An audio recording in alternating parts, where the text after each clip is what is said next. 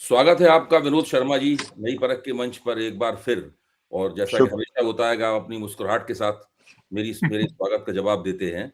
बहुत-बहुत शुक्रिया अपना कीमती समय देने के लिए। अ, आज तो मुझे नहीं लगता कि 2-3 विषय हैं राष्ट्रीय राजनीति में, उनका जो एक सबसे महत्वपूर्ण विषय है, वो है महाराष्ट्र की राजनीति का अब क्या होगा जब कि राष्ट्रवादी कांग्रेस के टूटे हुए धड़े के नेता अजित दादा पवार एक दुखद विमान दुर्घटना में नहीं रहे और तरह-तरह की अटकलबाजियाँ चल रही हैं।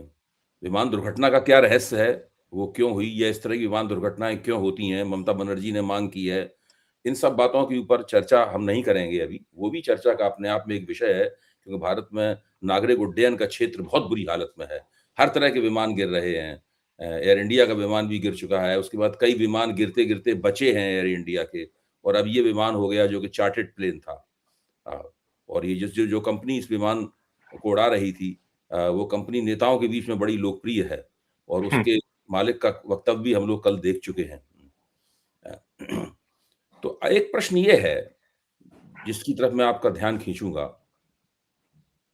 कि अब महाराष्ट्र में कांग्रेस, भारतीय जनता पार्टी, शिवसेना और इस त्रिकोण का एक जो चौथा कोण था, राष्ट्रवादी कांग्रेस,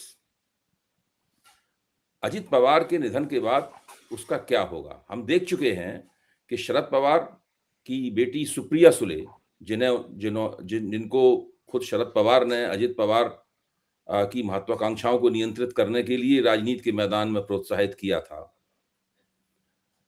वो ज़्यादा कुछ कर नहीं पाईं, सिवाय इसके कि वो सांसद बन जाती हैं और संसद में कुछ बोल देती हैं, गाए-बगाए कुछ वक्तव्य वगैरह भी दे देती हैं। लेकिन ऐसा नहीं लगता कि वो अपने पिता की तरह राजनीति के मर्म को उन्होंने पकड़ा है, ऐसा नहीं लगता उन्हें देखकर। अजित पवार को देखकर लगता था कि वो राजनीतिक व्यक्ति हैं, राजनीति का मर्म उन्होंने पकड़ रखा है। लेकिन उनके परिवार में भी ऐसा कोई नहीं है जो कि उनका स्थान ले सके। उनके एक बेटे चुनाव हार चुके हैं, उनकी पत्नी भी चुनाव हार चुकी हैं, अब राज्यसभा में शायद उन्हें कर दिया गया है, लेकिन वो भी कोई जी। राजनेता नहीं है वो लोग। तो मराठों का जो नेतृत्व था और जो महाराष्ट्र की शुगर लॉबी है, और जो महाराष्ट्र के उद्योगपति हैं, उनके साथ में जो एक लेन-देन का संबंध शरद पवार ने बनाया हुआ था, इस सारी राजनीति की देन थे अजित पवार। अब वो नहीं है हमारे बीच में, आकस्मिक रूप से चले गए। तो महायुति पे उसका क्या असर होगा? उससे भी ज़्यादा मेरी दिलचस्पी महायुति में इतनी नहीं है। मेरी दिलचस्पी ये है कि राष्ट्रवादी कांग्रेस का क्या होगा? क्योंकि राष्ट्रवादी कांग्रेस एक ऐसी पार्टी थी, जो कि मुसलमानों के वोट लेने का भी वायदा करती थी और कांग्रेस के साथ उसे मुसलमानों का कुछ-कुछ समर्थन प्राप्त होता था। जी। देखिए अभय जी, बात यह है कि आपने सही कहा कि शरद पवार का अगर कोई सही बायोलॉजिकल फादर वो नहीं है, हाँ। अजीत पवार के, हुँ। लेकिन अजीत पवार की जो पूरी उसकी जो मूर्ति गढ़ी गई है हुँ। राजनीतिक तौर पर, हुँ। वो बिल्कुल शरद पवार के अपने हुँ। व्यक्तित्व के साथ जुड़ी हुई थी, उसकी लगभग नकल थी। हुँ। शरद पवार जो हैं, आजकल 85 साल की उम्र हो गई है उनकी, तो अपने जीवन के अंतिम मरहले पर हैं वो, हुँ। और उससे पहले कि वो मरहला तय हो, वो चाहेंगे कि अपनी इच्छा अनुसार इस पार्टी को एकजुट कर लें हुँ। या इस पार्टी को ट्रंकेट कर अपने हिसाब से गढ़ लें। क्योंकि जो अजीत पवार थे, वो अंततोगत्वा खड़े हो गए थे अपने चचा के खिलाफ और उनकी बातें मानने से इनकार कर दिया था। बहुत से लोग ये मानते हैं कि एक सोची समझी कोरियोग्राफ्ड राजनीति थी, जिसमें कि वो अलग भी हुए और लगभग साथ भी रहे एक साथ। मैं भी मानता हूँ मतलब उस बात को। मैं भी हाँ, मानता हूँ उस बात को। हाँ, उनका अलग होना एक एक इल्यूशन था। हुँ। कभी-कभी लगता है कि इल्यूशन है, और कभी-कभी उनका साथ होना भी ऐसा लगता था कि एक इल्यूशन है। लेकिन ये दोनों राजनीति के they were political animals at the end of the day, और पॉलिटिकल एनिमल भी ऐसे कि जो जो पैसे की घास पर जिंदा रहते हैं। हुँ। हुँ।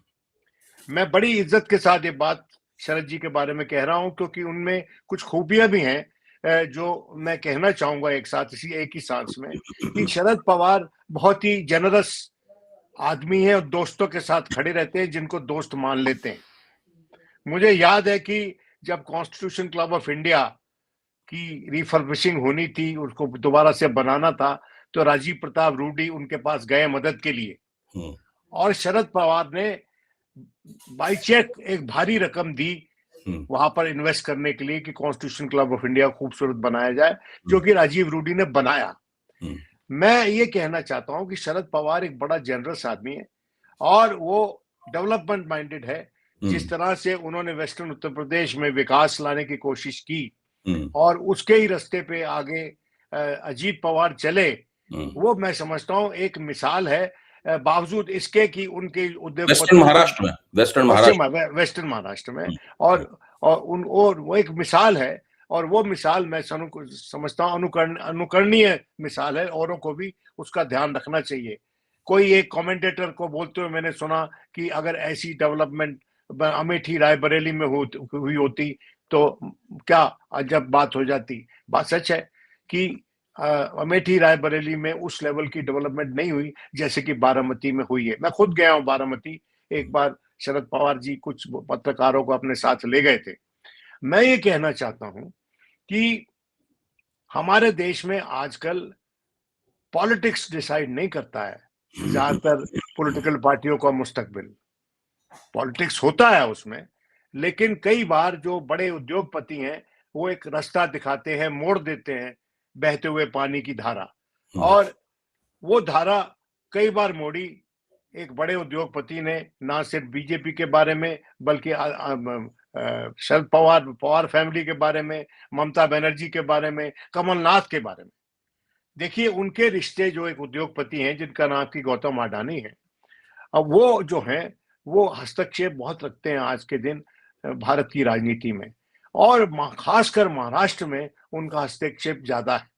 जैसा कि अंबानी का भी हस्तक्षेप रहता था। आजकल अंबानी की प्रोफाइल रिलेटिवली लो है, और गौतम अडानी जो हैं वो प्रत्यक्ष रूप से मुखर कर एक बड़ा रोल निभाते हैं। ये बात अलग है कि वो एकदम सामने नहीं आते, लेकिन पीछे से जो दांव हिलाते हैं वो उसका बड़ा महत्व होता है। और उसी के चलते मैं ये कहना चाहता हूं आपको कि जो अब एनसीपी का फ्यूचर होगा, वो हो सकता है कि शरद पवार, जो कि who's in the twilight of his life, कि शरद पवार उसमें हस्तक्षेप करवाएं, मदद लें गौतम अडानी से, कि भाई जिस राह पे वो पार्टी को ले जाना चाहते हैं उस राह पे वो पार्टी जाए। उसमें उस पार्टी का, जैसा आपने कहा, बीजेपी के साथ क्या संबंध होगा, प्रत्यक्ष होगा या अप्रत्यक्ष होगा, क्योंकि जो जमीन पे वोट्स हैं उनमें जो अकलियतों का वोट है, जो माइनॉरिटीज का वोट है, वो भी, उसमें भी एनसीपी अपना एक हिस्सा बना के चलती है। और उसके चलते अभी हाल ही के दिनों में बहुत मुखर होकर सामने आए अजीत पवार, जब उन्होंने देखा कि देवेंद्र फडणवीस की सरकार जो है वो कुछ ऐसे कदम उठा रही है जिससे कि मुस्लिम वोटर शुद्ध हो सकता है।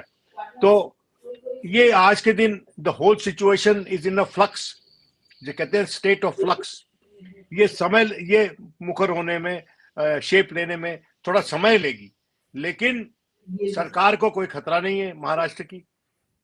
वो जो आज के दिन उनके पास आंकड़े हैं पर्याप्त है उनके लिए, और वो कहीं से भी जुगाड़ कर सकते हैं जो थोड़ी बहुत कमी है। तो सरकार के गिरने की तो कोई अंदेशा नहीं है, लेकिन एनसीपी का कैसा बुत बनेगा और वो किस पाले में खड़ा होगा, इस पे हम आप चर्चा कर सकते हैं, और उसमें जो उद्योगपतियों का रोल होगा उसमें भी हम लोग चर्चा कर सकते हैं एक दूसरे के साथ। देखिए, आमतौर पे तो सब लोग सत्ता के साथ रहना चाहते हैं, और सत्ता के साथ रहने के रुझान में अपने आप में कोई बुरी बात भी नहीं है। राजनीतिक पार्टियां होती ही इसीलिए हैं कि किसी न किसी प्रकार से या तो पूरी सत्ता प्राप्त कर सकें या सत्ता का एक टुकड़ा ही प्राप्त कर लें, अगर पूरी नहीं प्राप्त हो रही। तो महाराष्ट्र की राजनीति में तो मुद्दतों से गठजोड़ राजनीति चल रही है। उस गठजोड़ राजनीति के चलते स्थानीय स्तर के नेता भी, जिनका प्रभाव एक खास क्षेत्र में या खास समुदाय में होता है, वो लोग भी इस तरह की महत्वाकांक्षाएं पालने लगते हैं कि वो मुख्यमंत्री बन सकते हैं। तो अजित पवार भी मुख्यमंत्री बनने की उनमें बड़ी महत्वाकांक्षा थी। सब जगह यही चर्चा चल रही है कि महाराष्ट्र का वो मुख्यमंत्री जो कभी बना नहीं। इस प्रकार देखिए, ऐसा है, हाशिए ऐसा है कि हाँ। पॉलिटिक्स में हुँ, द टेल कैनॉट वैग द डॉग फॉर लॉन्ग, हुँ, कि कुत्ते की पूंछ जो है कुत्ते को नहीं हिला सकती, कुत्ता ही हुँ, हिलाएगा पूंछ को। सही बात है। तो मेरा ये कहने का मतलब ये है हुँ, अभय जी, हुँ, कि छोटी पार्टी जब केंद्र पे होती है किसी भी कोलिशन की, तो वो कोलिशन मजबूत नहीं होती। हुँ, केंद्र पे बड़ी पार्टी का होना जरूरी है। हुँ, और किस तरह से चरमरा के सरकारें गिरी हैं, माजी में हमने देखा है, जहां पर छोटी पार्टी केंद्र पे है और बड़ी पार्टी बाहर से समर्थन समर्थन कर रही है। हुँ, जनता दल का उदाहरण हमारे सामने है, हुँ, वीपी सिंह का उससे पहले उदाहरण हमारे सामने है। तो देवेगौड़ा की सरकार, वीपी सिंह की सरकार, ये सब सरकारें, आई के गुजराल की सरकार, ये सरकारें गिरी सारी, कुछ दिन ही चली। मेरा ये मानना है हुँ, कि शरद पवार, अजीत पवार में had ambitions to be chief minister, हुँ, लेकिन हाल ही के दिनों में उनकी पार्टी सिमट गई थी और उसके कई मुख्य कारण थे। सबसे बड़ा कारण ये था कि पवार फैमिली में फोट हो गई, वो स्प्लिट हो गया फैमिली के अंदर।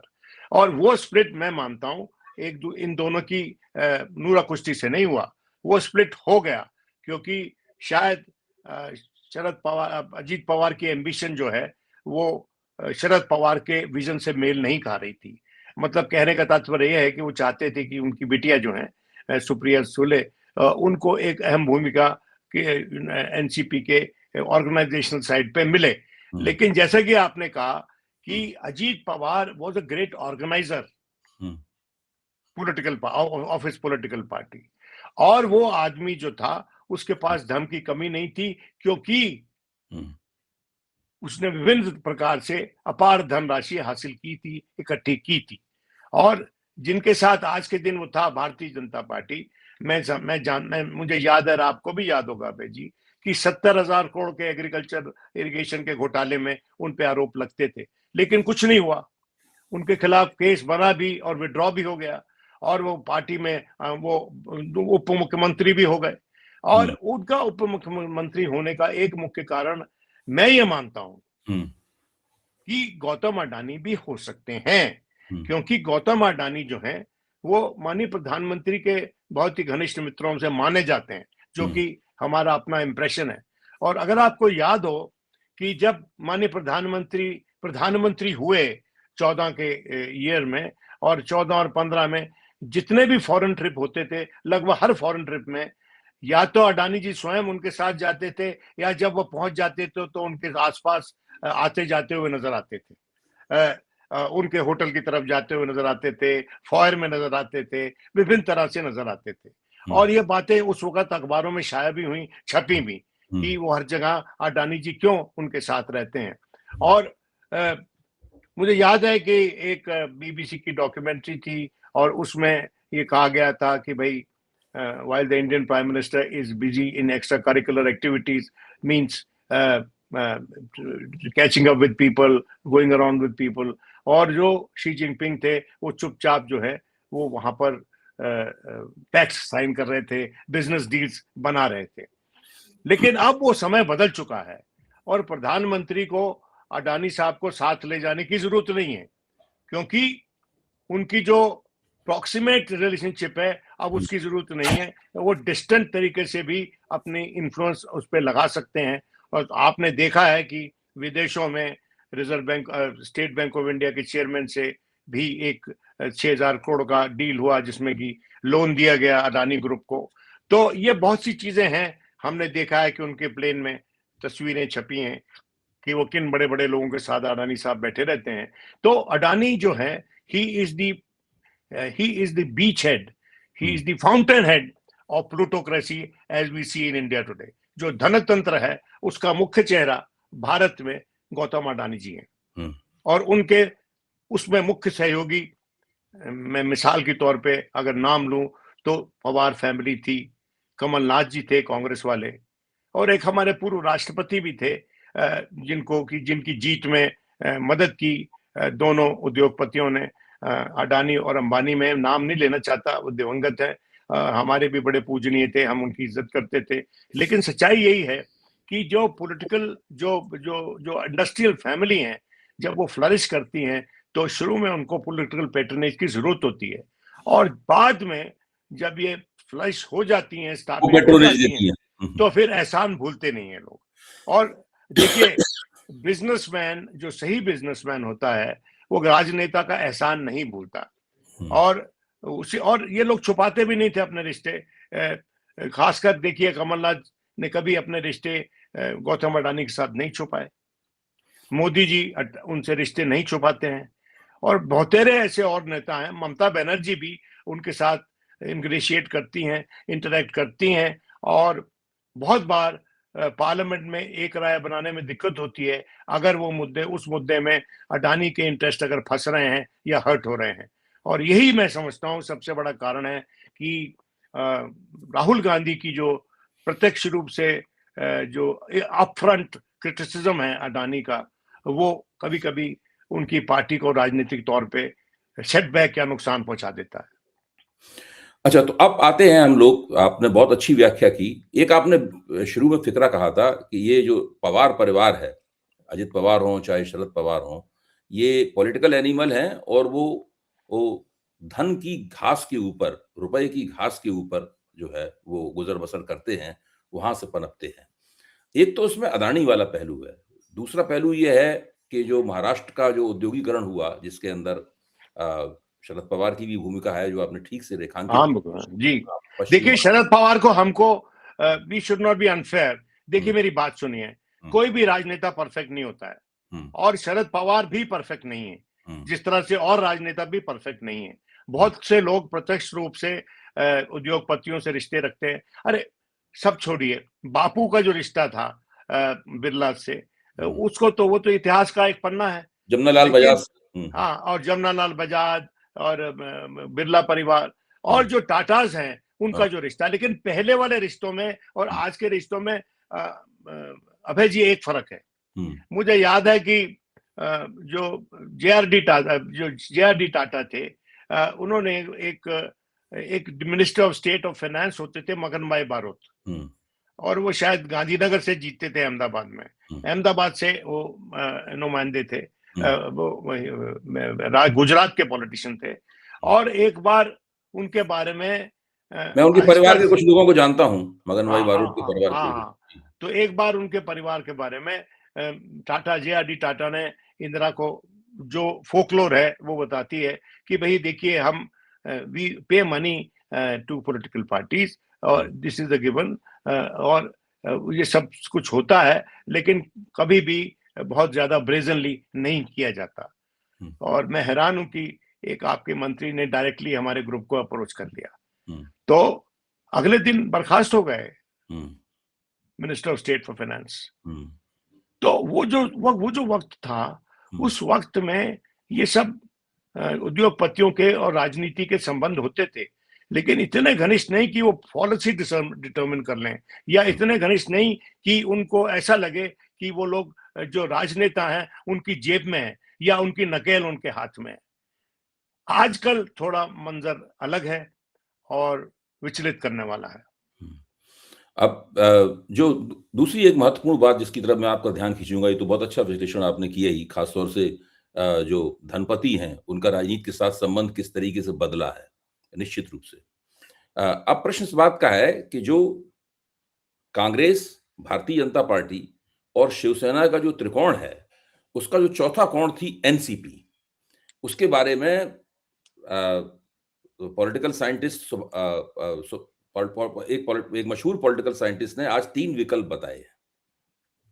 एक विकल्प ये है कि अलग से अलग रहे एनसीपी, अजित पवार की डेथ के बाद। दूसरा ये है कि वो अपना जो एनसीपी में अजित पवार के समर्थक थे, वो अपनी अलग एनसीपी बनाएँ, एक नेता उसका चुन लें, उनके परिवार का भी हो सकता है, बाहर का भी हो सकता है। एक तो विकल्प ये है। दूसरा विकल्प ये है कि शरद पवार के हाथों में पूरा नेतृत्व सौंप दिया जाए, वो सब आके शरद पवार के साथ मिल जाएँ। और तीसरा विकल्प ये है कि वो भारतीय जनता पार्टी के छाते के नीचे सारे के सारे या उनका एक बड़ा हिस्सा वो चला जाए। तो आपका क्या ख़्याल है? आपकी बातचीत से लगता है कि ये सब बातें तय करना केवल उन कार्यकर्ताओं या उन विधायकों की बस हाथ में नहीं है। ये सब दे बातें करना उन अदृश्य शक्तियों के हाथ में है, जो उतनी अदृश्य भी नहीं है, जिनका अभी हम लोग ज़िक्र कर रहे थे। देखिए, ऐसा है कि अगर वो चले जाएंगे भारतीय जनता पार्टी में, तो घास घोड़े से दोस्ती कर लेगी, हुँ, घोड़ा खा जाएगा घास को। हुँ, हमने देखा है और पार्टीज के संदर्भ में। हुँ, देखिए, कोई अपार स्नेह और अपार प्रेम वाली बात नहीं है। ये हुँ, बात सच है कि शरद पवार जी के और माननीय प्रधानमंत्री के अच्छे रिश्ते हैं, हुँ, और उसके कुछ कारण हैं। हुँ, क्योंकि देखिए, शरद पवार जो हैं, कुछ मामलों में बहुत ही अनुभवी नेता हैं, हुँ, और उनकी जो सुझाव होती है, उनकी जो एडवाइस होती है, वो काम आती है सरकारों के। हुँ, जिस तरह से एक बड़े नेता की मैं बात कर रहा था, जो एक बड़े उच्च कॉन्स्टिट्यूशनल ऑफिस में चले गए, और जो अडवाणी के जो अंबानी के बड़े नजदीक माने जाते थे, उनके बारे में एक बार मुझे अरुण जेटली ने बताया। और मैं जान के नाम नहीं ले रहा हूं अभय जी, क्योंकि कुछ आंख की शर्म हम रखते हैं। और उन्होंने कहा कि हमने जो बहुत से लेजिस्लेशन पास किए, वो उनकी एडवाइस से किए, क्योंकि वो parliamentary standing committee on home के चेयर होते थे। और रात को मुझे पता है कि अरुण उनसे मिलने जाते थे।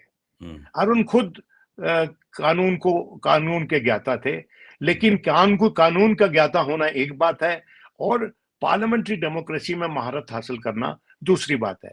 और जिन नेता की मैं बात कर रहा हूं, जिन बड़े कॉन्स्टिट्यूंसी ऑफिस में जो गए, उनकी जो मैं बात कर रहा हूं, वो उनके बारे में मुझसे उनका स्नेह कैसे हो गया कि जब वो 100वां सेशन उन्होंने अटेंड किया अपने जीवन काल का, तो मैंने एक पीस लिखा जिसकी हेडलाइन थी, at 100 so and so still debating. हुँ, उनका पहला लव पार्लियामेंट्री डिबेट और पार्लियामेंट्री डेमोक्रेसी थी। हुँ, तो मैं ये मानता हूं कि भारत में जो पुरानी प्रथा हुँ, जो स्थापित हुई, जो उन्होंने अरुण जेटली ने और वो हाई कॉन्स्टिट्यूशनल ऑफिस जिन्होंने फाइनली लिया, उन्होंने स्थापित की, उस प्रथा को दोबारा लाना जरूरी है। और हुँ, अगर वो प्रथा स्थापित हो जाती है, तो हुँ, पॉलिटिकल पार्टीज को एक दूसरे को छोड़ के अलग जाने की जरूरत नहीं है। बहुत पुराने जमाने में हुँ, दिल्ली में दो प्रमुख नेता होते थे, हुँ, मदन लाल खुराना और एचकेएल भगत। हुँ, और उनके बारे में यह प्रसिद्ध था कि they are never out of power. हुँ, क्यों? कि अगर मदन लाल जी सत्ता में होंगे, तो भगत जी के काम होते रहेंगे, और भगत जी सत्ता में होंगे, तो मदन लाल खुराना जी के काम होते रहेंगे। तो दोनों एक दूसरे की इज्जत करते थे। उनकी जो दिल्ली की विकास में, दिल्ली की सोशल लाइफ में कंट्रीब्यूशन थी, उसको एक्सेप्ट करते हुए एक दूसरे के वाजिब काम वो किया करते थे। हुँ, जहां तक हमारी जानकारी है, कुछ हुँ, ना वाजिब काम भी किए होंगे, लेकिन वो ऊपर वाला जाने, वो दोनों जाने, दिवंगत आत्माएं जाने। लेकिन पुराने जमाने में ये प्रथा थी। आज के जमाने में क्या है? आज के जमाने में रिपब्लिक डे परेड पे तीसरी कतार में आप अपोजिशन लीडर को बिठाते हैं। हुँ। आप हाई टेबल पे जगह नहीं देते उनको। हाई टेबल पे विपक्षहीन लोकतंत्र का सीन है पूरा। देखिए, ये सरकार जो है वो दावा करके आ रही है, बाकायदा खुल के दावा करते हैं कि हम ऐसा लोकतंत्र चाहते हैं जो विपक्ष विहीन हो, और प्रतिरोध विहीन हो, आंदोलन विहीन हो। जब आप ये पूरा प्रपंच रचते हैं तो उसके अंदर विपक्ष भी तो मार खाता है उसके अंदर। देखिए, बात सही है आपकी। देखिए, लोकतंत्र जो होता है, उसके कई पहलू हैं। It's a kaleidoscope of hmm, colour, various colours, और लोकतंत्र जो है, वो यूनिडिमेंशनल नहीं हो सकता। वो एक ही रंग में रंगा हुआ लोकतंत्र नहीं हो सकता। और जब आप हाई टेबल पे ऑपोजिशन को, जो प्रिंसिपल ऑपोजिशन है, जो रिकग्नाइज्ड ऑपोजिशन है आपकी पार्लियामेंट में, उसको एक सीट नहीं देते हैं, तो आप आधे लोकतंत्र को रिप्रेजेंट करते हुए कोई भी पैक्ट या ट्रीटी के पे एक राय होते हैं, उसको साइन करते हैं। ये जो प्रथा है भारत के लोकतंत्र की, हुँ, जिसने भारत के लोकतंत्र को एक रोल मॉडल बनाया, जिसने भारत के लोकतंत्र को इतनी ऊंचाइयां दी, बावजूद इसके कि हमारी जो इकोनॉमी थी उस वक्त उतनी स्ट्रांग नहीं थी। आज हम बड़ी इकोनॉमी है, और मैं समझता हूं कि भारत की इकोनॉमी मजबूत हुई है, लेकिन उसके साथ साथ गौतम अडानी जी की इकोनॉमी भी बड़ी मजबूत हुई है, ये सबसे बात ज्यादा भी उन्हीं समझ की लें। मजबूत हुई है। हाँ, और भाई एक समय पे तो बर्नार्ड आर्नोल्ट और एलन मस्क के बाद तीसरे नंबर में गिने जाते, थर्ड रिचेस्ट मैन।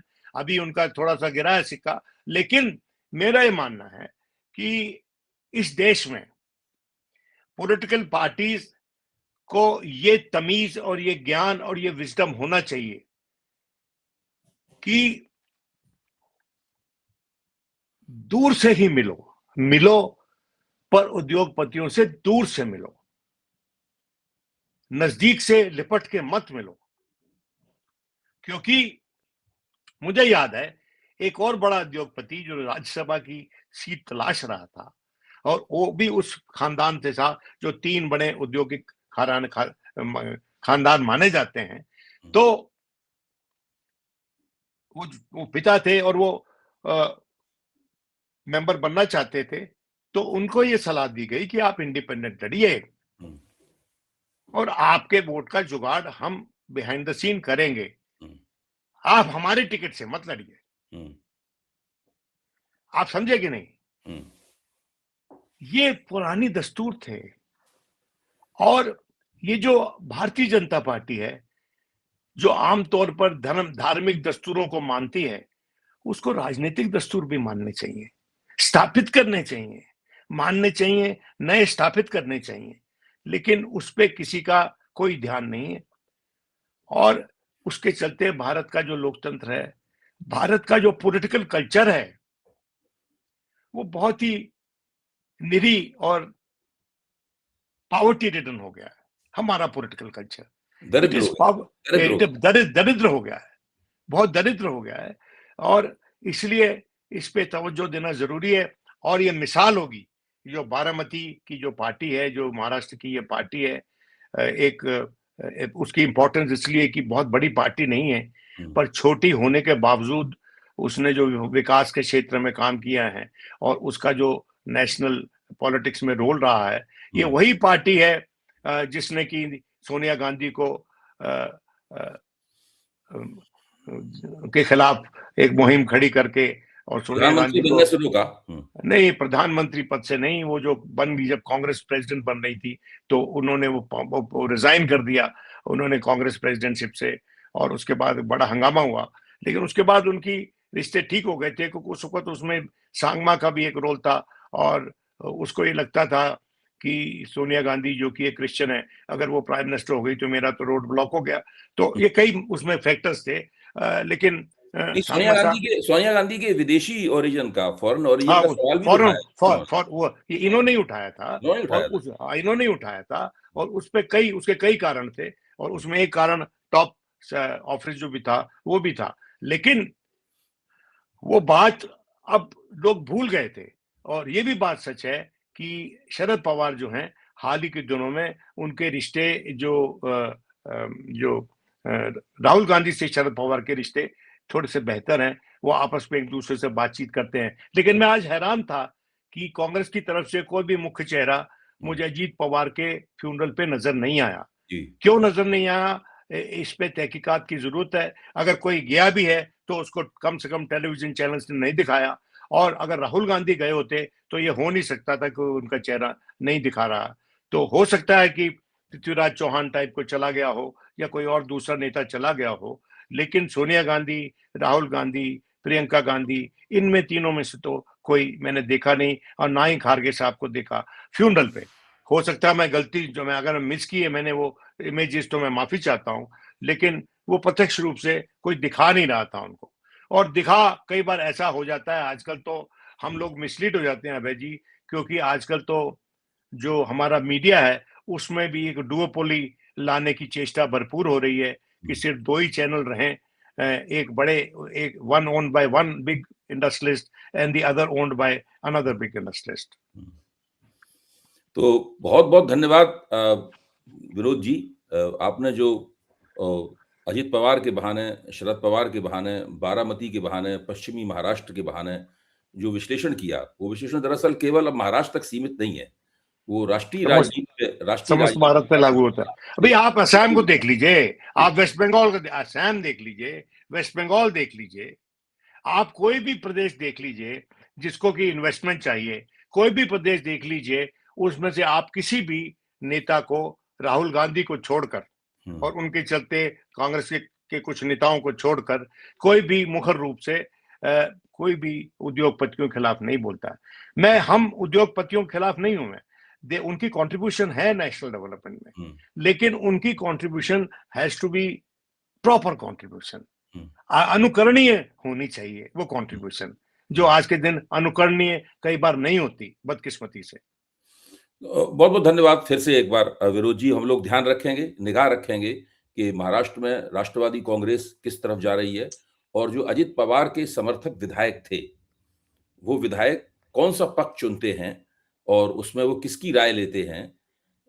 हो सकता है कि शरद पवार की जो राय हो वही गौतम अडानी की राय हो, ये भी हो सकता है कि शरद पवार की राय और गौतम अडानी की राय में देखिए, अगर आज के दिन गौतम अडानी को शरद पवार कुछ कहेंगे तो गौतम अडानी मना नहीं करेंगे, क्योंकि शरद पवार अब जिस पोजीशन में अपने जीवन के, और अगर सही में दोस्ती है दोनों में, तो वो दोस्ती निभाने का टाइम आज के दिन गौतम अडानी के लिए है बड़े स्तर पर, और शरद पवार जी को आज के दिन जरूरत है, माफी चाहता हूं लेकिन सहारे की जरूरत है, इमोशनल, पॉलिटिकल एंड सोशल, तीनों सहारों की जरूरत है। सोशल तो मिल जाएगा उनको, बारामती से भरपूर मिलेगा, उनके परिवार को मिलेगा, मिल भी रहा और है। बारामती में जब बायपोल होगा तो उनका बेटा कोई ना कोई अगर लड़ेगा अजीत पवार का, तो वो जीतेगा इलेक्शन। तो फिर उनकी बेटी तो ऑलरेडी मेंबर ऑफ पार्लियामेंट है बारामती से, शरद जी की सुप्रिया, तो अजीत पवार का अगर बेटा जो पहले इलेक्शन हार चुके हैं, अगर वो बन जाते हैं वहां से एमएलए, तो एक सबब बनेगा दोनों धड़ों को एकजुट होने के लिए। बहुत बहुत धन्यवाद। फिर हम लोग इस घटनाक्रम पे निगाह रखेंगे और इसके ऊपर आगे भी चर्चा करेंगे। जो विषय आपने छेड़ा है खास तौर से, भारतीय राजनीति में उद्योगपतियों का हस्तक्षेप समय के साथ कितना बदला है और आज वो किस मुकाम पर खड़ा हुआ है, ये एक तरह से टेस्ट केस है बारामती राष्ट्रवादी कांग्रेस और पवार परिवार का। देखते जी हैं। हाँ, और जी वो झिझकेंगे नहीं, वो झिझकने वाले नहीं है, वो मानते हैं कि हम जी उद्योगपतियों के दोस्त हैं। जी, बहुत बहुत धन्यवाद। शुक्रिया।